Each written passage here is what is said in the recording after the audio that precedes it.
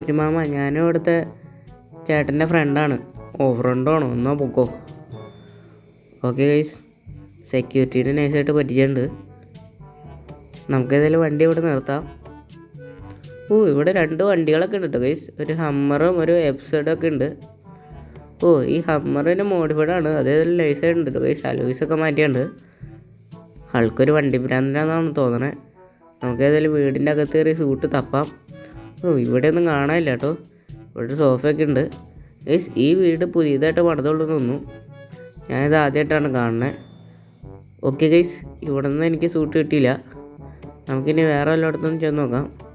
Guys ഇവിടെ ഒന്ന് നോക്കാം. ഇതിൻ്റെ അകത്ത് ചിലപ്പോൾ ഉണ്ടാവും. ഗൈസ്, ഇതിൻ്റെ അകത്ത് നിന്ന് എനിക്ക് സൂട്ട് കിട്ടിയിട്ടോ. നമുക്കിനി വേഗം വണ്ടിയുടെ അകത്ത് എടുത്തിട്ട് കൊണ്ടുപോകാം.